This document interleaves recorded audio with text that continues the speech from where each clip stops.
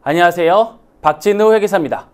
오늘 우리가 볼 주제는 세무사 기출문제의 중요성에 대해서 제가 한번 설명을 해볼 텐데요. 세무사 1차 시험이 끝나면 의례적으로 치른 행사가 있습니다. 그래서 학생들이 치러야 되는데 제가 치른 행사가 있습니다. 뭐냐면 시험이 끝나면 이재기를 할 수 있는 거 아시죠?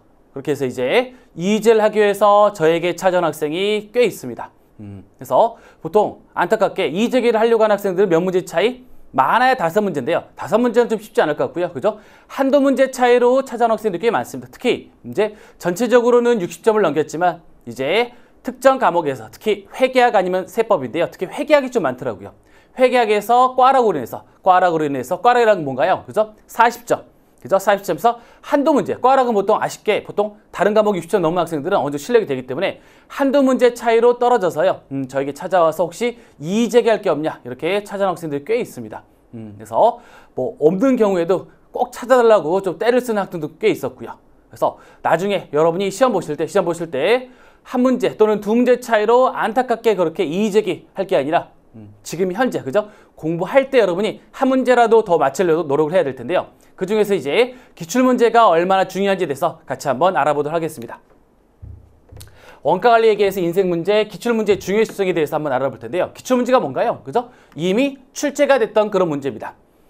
한 가지 우리 세무사 시험이지만 원가관리회계 같은 경우는 공인회계사랑 시험 문제 유형이 거의 비슷하거든요. 그래서 시험 범위가 같아요. 그래서 공인회계사하고 세무사에 있어서의 그 기출문제가 같다고 보시고 반드시 공인회계사의 기출문제도 같이 살펴봐야 되겠습니다. 보시면 문제은행식 시험도 아닌데 기출문제가 또 나올 수 있을까? 지금 제가 뒤에 동일하게 나온 문제를 몇 개 예를 보여드릴 텐데요. 그래서 거의 똑같이, 그죠? 거의 똑같은 문제가 출제되는 경우가 꽤 많아요. 그래서 여러분은 기출문제를 실제로 나중에 실제 문제 나올 수 있다고 생각하시고 문제를 보셔야 될 것 같고요. 그 다음에 출제 교수님의 권위도 있는데 과연 그대로 출제할까? 그죠? 베끼는 거잖아요. 솔직히 예전 문제를 뭐 내가 있든 다른 사람이 있든 예전 문제를 베끼는 건데요. 쉽게 얘기하면 베껴서 합니다. 보시면 알겠지만 너무나 똑같이 이제 계속적으로 출제를 베끼는 그런 교수님이 있는 것 같아요. 왜 그럴까요? 기출문제의 중요한 이유는요. 두 가지가 있는데 첫 번째 이제 시험 범위를 결정한다. 시험 범위라는 게 우리 회계사하고 세무사가요. 1차 시험에서 시험 범위가 좀 달랐습니다. 공인회계사 시험이 이만큼이라면 세무사는 약간의 이제 조금 어려운 내용은 주제가 이제 1차에는 잘 나오지 않았었는데 최근에는요. 조금씩 새로운 문제 나오면서 거의 이제 출제 범위가 같아진 거죠. 그래서 문제를 보면서 시험 범위를 결정하게 되는 거예요.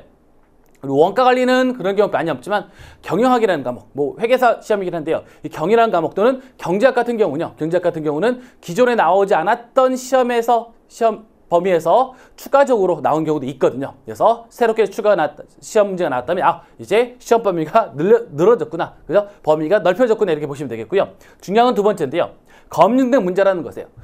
그 시험이 끝나면요. 이의제기를 제가 한다고 말씀드렸잖아요. 그 이의제기가 많으면 뭐 4, 5문제까지 1년에 이렇게 대답이 바뀌는 경우가 꽤 있었거든요. 그래서 출제를 한 교수님 입장에서도 어때요? 자기 권위가 떨어지죠. 그러니까 베끼는 것보다 이의제기를 통해서 출제를 잘못한 게 권위가 더 떨어지는 것 같아요. 그래서 출제하는 교수님 입장에서 어때요? 그죠? 권위도 있는데 그거 아니죠. 이의제기에서 나중에 문제가 되는 게 자기 권위가 더 실추되기 때문에 문제를 똑같이 베끼는 경우가 꽤 많습니다. 그래서 여러분은 기출문제라고 해서 옛날에 나왔던 문제네 라고 보지 마시고 기출문제는 반드시 또 나온다고 생각하시고요. 그죠? 한 문제를 위해서 여러분이 봐야 되는데 기출문제가 어떻게 해서 똑같이 나왔는지 제가 사례를 통해서 한번 알려드릴게요. 먼저 표준원가 계산부터 같이 한번 보도록 하겠습니다.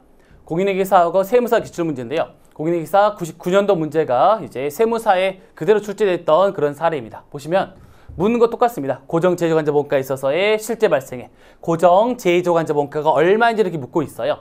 차이는 뭐냐면 차이는 유일하게 여기 X1년, 2년 두 개년도에서 고정제조간접원가에 있어서의 표준원가 우리 차이 분석하는 거거든요. 여기는 X1년, X2년. 그 다음 두 번째 세무사 문제는 2월, 3월.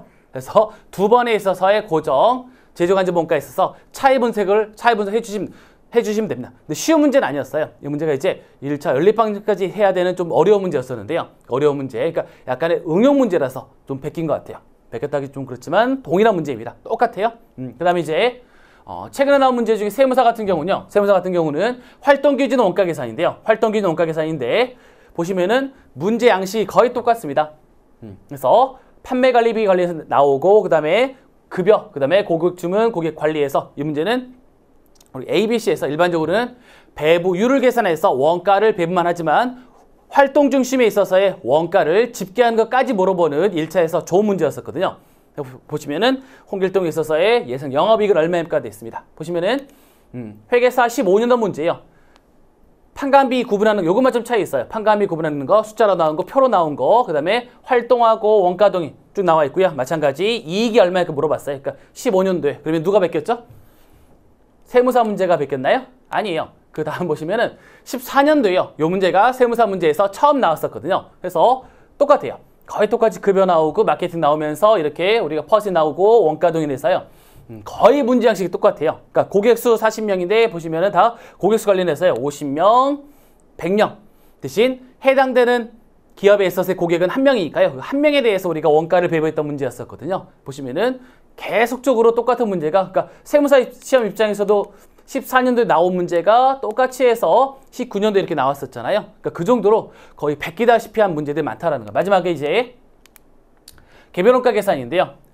2008년도 개별원가 계산 중에서도 보조원가를 배분한 문제 중에서 좀 어려운 문제에 속하는데요. 그러니까 1차 연립방지까지 해야 되는 좀 어려운 복잡한 문제긴 한데 보시면은 S1에 집계된 배부 전 문제를 묻는 문제였거든요. 똑같이 해서 뭐 하나 더 있지만 있으나 없으나 해가지고요. 똑같이 해서 집계된 원가.